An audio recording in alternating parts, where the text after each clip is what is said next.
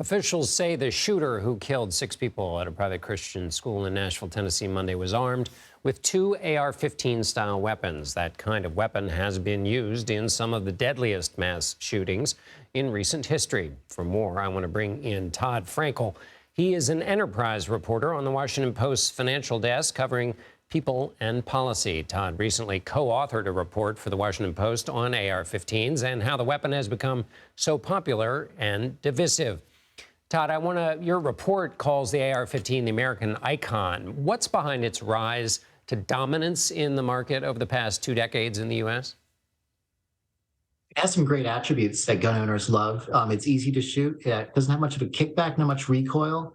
It's an attractive weapon. And after the assault weapons ban expired in 2004, it created sort of a demand, sort of taboo weapon that now is available. At one point, the gun industry decided that, they wanted to get behind this. And when the largest gun makers in the country, like Smith & Wesson or Ruger, decided to make this AR-15, it really sort of set the market up for dominance.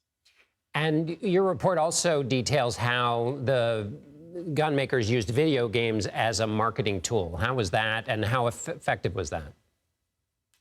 Yeah, it's one of those more controversial aspects is, there's video games like Call of Duty, which is a very popular, shooting game, military-based game.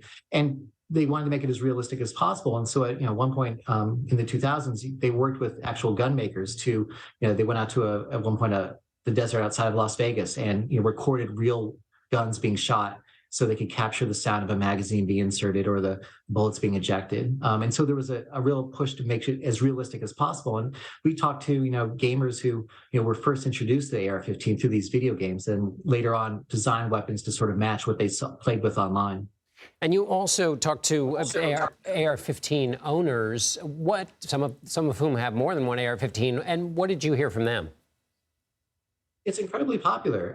They love it for taking it to the gun range, right? It doesn't have a lot of recoil. So like if you took your big hunting gun out there, rifle, it has it would actually kick back into your shoulder and bruise your shoulder after, 5-6 rounds. And the AR-15 uses a smaller bullet. And so it doesn't have as much kickback. And so, it doesn't hurt as much. So they go plinking with it, as they call it.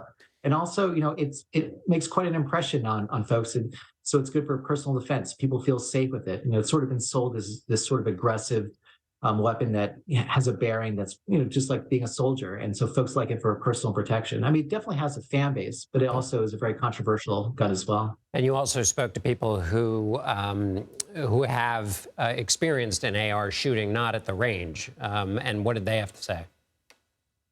Uniquely horrifying. I mean, this gun is a military weapon, so it is designed to shoot small bullets very fast that do incredible damage. And also very often these guns almost always come with 30-round magazines. So they're able to fire 30 rounds without stopping to reload.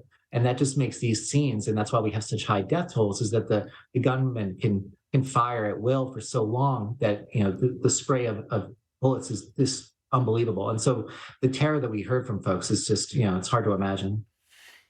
And help us understand, so we've talked about the popularity for those who own it, but its place in politics and the Republican Party and the kind of mix of its cultural place and its political place. How did it become so, you see the, T-shirts with AR-15s or what looks like an AR-15 on them at rallies, and it's just very woven into the culture and politics of the Republican Party. How did that happen? It became a symbol, and it was sort of driven by this idea that, coming off the assault weapons ban, there was this divide where Democrats were sort of, in favor of the ban and Republicans were against it. And especially when Barack Obama was elected president in 2008, it became an issue. And then with each mass shooting, the specter of more gun laws, the one side would say, oh, we shouldn't do anything. The other side would say, oh, the AR-15 is, we should protect it. And it just became a symbol of that divisiveness. And actually, it's been an interesting consumer product where this sort of anger and divisiveness actually drives sales. So each time there's a mass shooting, each time there's a contentious election, the sales of AR-15 spike much more than any other gun. Right. All right, Todd Frankel of the Washington Post. Thank you very much, Todd. Thank you.